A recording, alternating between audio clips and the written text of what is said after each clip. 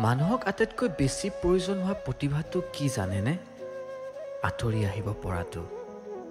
কেতিয়াবা ঠাইৰ পৰা, কেতিয়াবা কথাৰ পৰা, কেতিয়াবা আকৌ কাৰোবাৰ জীৱনৰ পৰা। মূল্য শেষ হোৱাৰ লগে লগেই তাৰ পৰা আঁতৰি আহিব লাগে।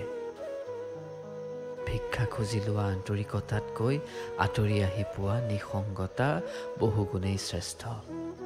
কাৰণ তাত অন্তত আত্মসন্মান লগত থাকে, স্বাভিমান থাকে।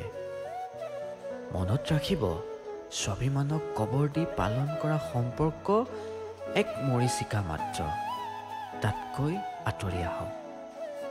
কাৰণ আপুনি নাহিলেও এটা সময় এনেকুৱা আহিব যে আপোনাক জোৰ কৰি আঁতৰাই পঠিওৱা হ'ব।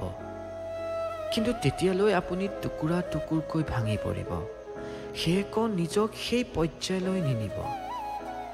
আন একো নাপালেও অলপ মৰম, অলপ সন্মান আপুনিওতো ডিজাৰ্ভ কৰে ন?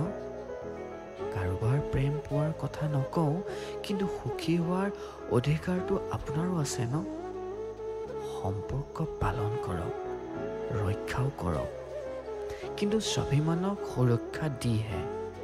যদি তাত আঘাত লাগিছে, এটা সেমেকা হাঁহি মাৰক আৰু আঁতৰি আহক।